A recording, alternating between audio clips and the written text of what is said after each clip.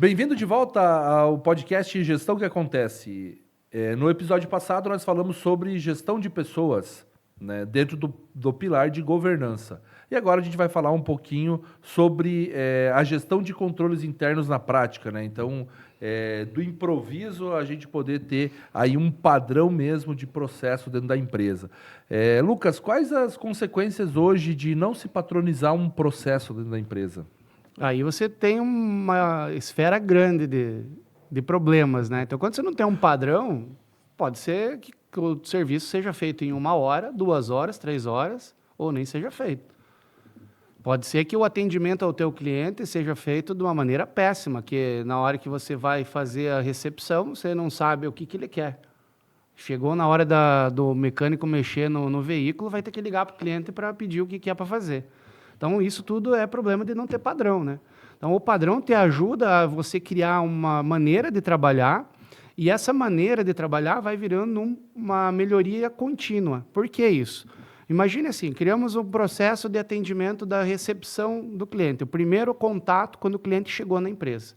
Então, se estabeleceu um processo, olha, sempre peça para ele o que ele precisa, vai fazer a checagem ali de checklist, o check-up do carro, vai ver lá se tem uma lâmpada queimada, se não tem, vai ver se tem que, se é o caso do auto center, lá ver se o pneu precisa trocar, não precisa, se vai fazer balanceamento, alinhamento, mas isso tudo seguindo um checklist.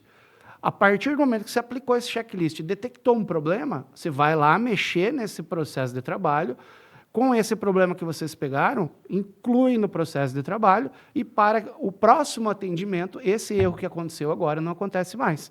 Isso é padrão, isso é processo de trabalho. Você consegue evoluir a maneira de atender como você está evoluindo um produto, né? O teu serviço ele é um produto e ele só vai evoluir a partir do momento que você criar isso de maneira escrita, de maneira onde você possa repassar esse conhecimento para novos colaboradores. E aí, assim, você tem um negócio e não só ali um trabalho, né? Então, por que eu falo muito de negócio diferente de trabalho, né? O negócio é que você pode pegar a tua empresa e olhar para ela como um valor. Ela é um investimento ali, né? Então, se alguém um dia te oferecer para comprar ela, você vai poder determinar um valor. Se ela é só o teu trabalho, que depende tudo de você, não tem processo, ninguém vai querer comprar. Você não consegue nem precificar esse negócio, né? Então, precisa olhar, sim, para a empresa como um negócio. E por onde que o gestor pode começar a inserir esse padrão dentro da empresa?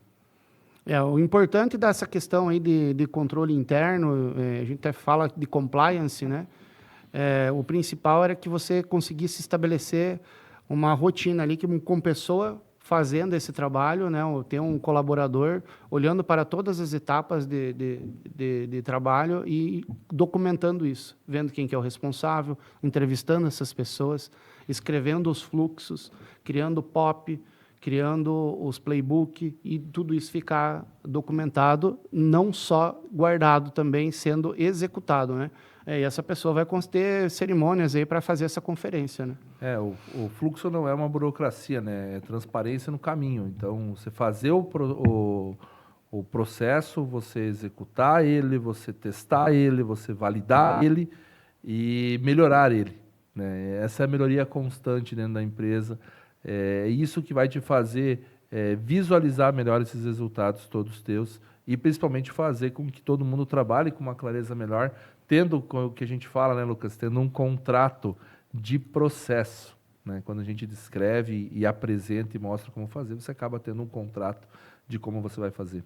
Muito bem lembrado, Ricardo, quando a gente fala dessa questão de contrato, você está contratando, tem um serviço que está pegando num fornecedor, vai vir um contrato. O contrato nada mais é do que um alinhamento entre as duas partes de como que vai proceder a relação comercial, né? E quando a gente fala de processo de trabalho dentro da empresa, são várias atividades. E você pode, a partir do momento que está escrito, olhar para isso como se fosse um contrato, porque ele é um alinhamento entre empresa e colaborador de como que deve executar aquela tarefa, como deve ser aquela jornada do dia. Então, são várias atividades que vão estar mapeadas, são mini contratos para fazer com que aquilo aconteça, né? A gente vê nas empresas muito essa questão, né, de ser verbal Então, não, a gente vai fazer assim a partir de agora, né? Beleza, verbal, 2 dias, no terceiro dia já voltou tudo ao que era antes, né? E não se mantém esse processo. Quando você faz o contrato, isso acontece de forma natural dentro da empresa, né? Então, flui muito bem esse processo.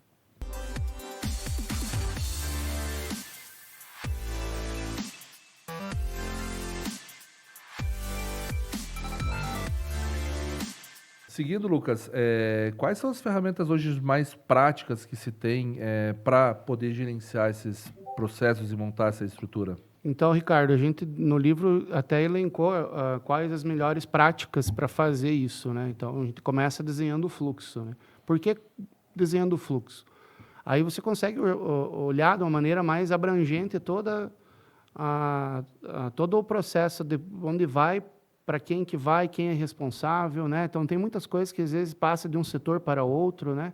Então, se tu pegar a ordem de serviço, por exemplo, ela começa no setor de serviço, ela vai para a parte de produção, depois vai para estoque, depois volta para financeiro. Isso é tudo um fluxo da ordem de serviço dentro, né, do chão de oficina ali, ou do chão de retífica. Então, isso tudo tem que estar desenhado, né? Então, a partir desse desenho, você começa a determinar onde é necessário criar um guia, onde é necessário você criar um procedimento operacional padrão, que é o POP, né?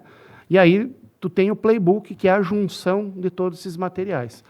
Nós temos dentro do método CERT 5.0 já pronto vários fluxos, nós temos pronto já POPs de trabalho, temos prontos guias, né? E onde já vai facilitar para o empresário não começar isso do zero. Porque poucas empresas vão ter condições de ter um colaborador para executar isso, né? Que é o que nós falamos aqui no bloco anterior. Mas aí a gente está assumindo essa responsabilidade, né? Está junto com o método, entregando isso pronto na nossa plataforma. A gente poder aplicar a ferramenta em uma gama de vários clientes nos fornece validar ela também, né? E quando que se aplica essas ferramentas dentro do processo da empresa? O ponto-chave é o seguinte, você identifica quais as atividades você quer ter o controle, né? Esse é o primeiro ponto. Aí tu desenhou o fluxo, do fluxo você vai ver as ramificações de POPs que são necessárias fazer. Aí desses POPs você vai também ter um link dentro do método CERT 5.0 para ver qual KPI ele está influenciando. O que seria essa KPI? Você está vendo lá qual indicador que essa atividade tem influência, né? Então, tu consegue medir a performance do teu colaborador e medir a performance daquela atividade com dados reais.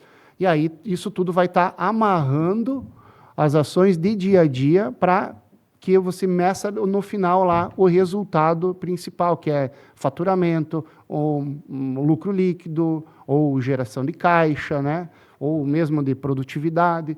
Então, são indicadores ali que estão todos amarrados, né? Então, é uma sequência, né? A gente tem um mapeamento de tudo isso para que a empresa saiba dessas atividades e toda a influência que ela pode ocorrer ali no dia a dia da empresa, né? Uhum.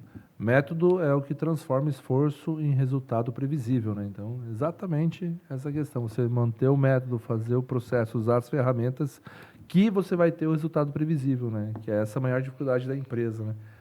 Saber exatamente quanto que vai ser o resultado dela no final.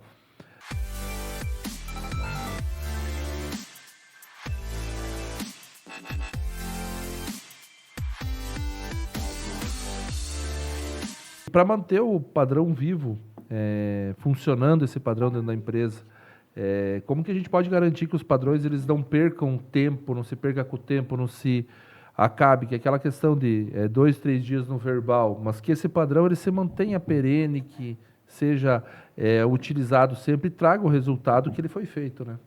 Ricardo, principalmente nas atividades chaves que são críticas, tem que ter alguém conferindo. Essa você vai ter que pegar lá, ou é o gestor, ou é um diretor, alguém tem que conferir. E pode conferir por amostragem, não precisa fazer uma conferência de tudo, né? Então, se você quer ver se aquilo está se mantendo vivo dentro da empresa, aquilo que foi pré-determinado, você precisa ter alguém conferindo. É necessário com que alguém vá lá, verifique, pegue o padrão que foi determinado e confira se está sendo executado conforme foi pedido, né? Porque vai acontecer de você determinar uma maneira de fazer e isso se perder ao longo dos dias. É normal isso. Então, por isso que precisa de uma conferência. Agora, vai conferir todas as atividades desenhadas? Talvez a cada ano as menos importantes, mas as críticas, no mínimo uma vez por mês, tem que ter conferência por amostragem. Né? É fazer a auditagem do que você fez e do que você combinou com o teu colaborador, do que está transcrito ali, né? Então, a auditagem é o termômetro da sua governança, né? Então, querendo ou não, o pilar da governança, você ter o processo, eles são fundamentais ali dentro da empresa, né?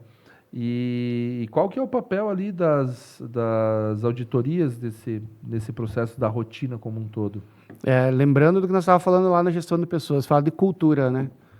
Então, a auditoria faz com que aquilo vire cultura. Basicamente é isso. Então, você tem que cobrar, você tem que orientar, você tem que mostrar como você quer para isso se tornar cultura. Ao longo do tempo, aquela atividade começa a não ser ter tanta necessidade de auditoria, porque virou cultura.